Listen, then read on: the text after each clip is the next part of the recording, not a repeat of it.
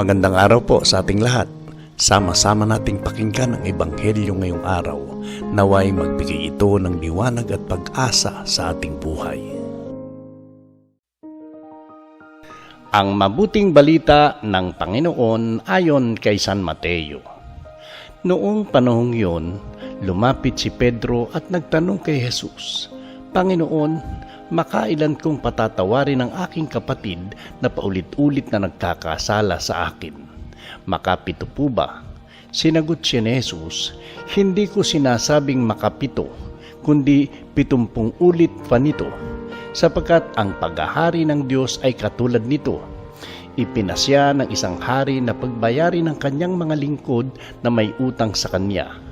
Unang dinala sa kanya ang isang may utang na 10 milyong piso. Dahil sa siya'y walang ibayad, iniutos ng hari na ipagbili siya, ang kanyang asawa, mga anak at lahat ng ari-arian upang makabayad. Nanikluhod ang taong ito sa harapan ng hari at nagmakaawa. Bigyan pa ninyo ako ng panahon at babayaran ko sa inyo ang lahat. Naawa sa kanya ang hari kaya ipinatawad ang kanyang mga utang at pinayaon siya. Ngunit pagkaalis niya roon ay nakatagpo niya ang isa sa kanyang kapwa lingkod na may utang na 500 piso sa kanya. Sinunggaban niya ito at sinakal.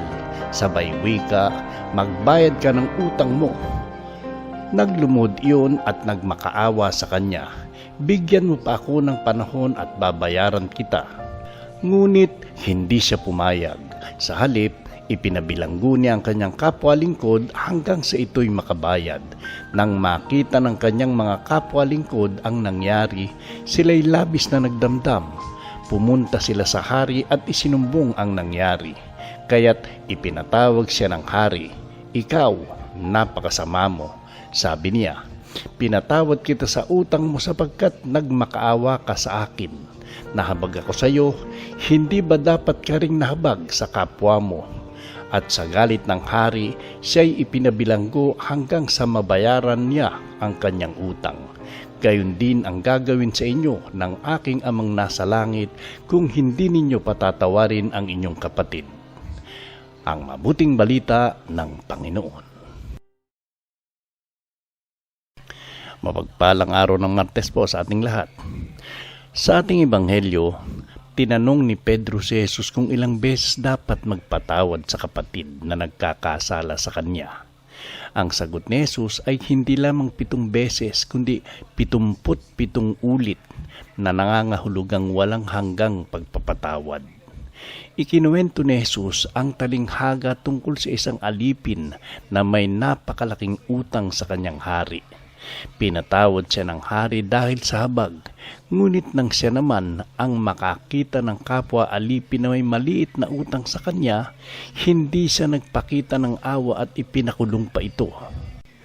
Ipinapakita ng talinghagang ito na ang Diyos ay napakamaawain at handang magpatawad sa ating mga pagkakasala.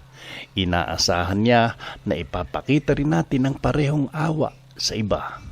Ang tunay na tumatanggap ng kapatawaran ay marunong ding magpatawad. Kung minsan, mahirap magpatawad lalo na kung nasaktan tayo ng malalim. Ngunit ipinapaalala ng Ebanghelyong ito na kung gaano kalaki ang kapatawaran ay binibigay ng Diyos sa atin, ganun din kalaki ang dapat nating ibigay sa ating kapwa. Manalangin tayo. Panginoon, maraming salamat sa iyong walang hanggang awa at kapatawaran. Alam mo ang mga pagkakataong nagkakasala kami sa iyo at sa aming kapwa. Ngunit patuloy mo kaming pinapatawad. Tulungan mo kaming magkaroon ng pusong marunong magpatawad. Kapag kami ay nasasaktan o nagagalit, bigyan mo kami ng lakas na piliin ang awa kaysa galit. Naway matutunan naming tularan ng iyong kabutihan upang maging instrumento kami ng kapayapaan at pagkakasundo sa aming pamilya at komunidad. Amen.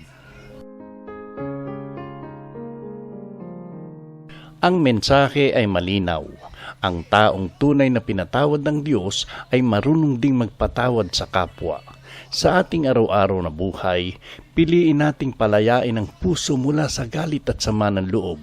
Sa pagpapatawad, hindi lamang natin pinalalaya ang iba, pinalalaya rin natin ang ating sarili.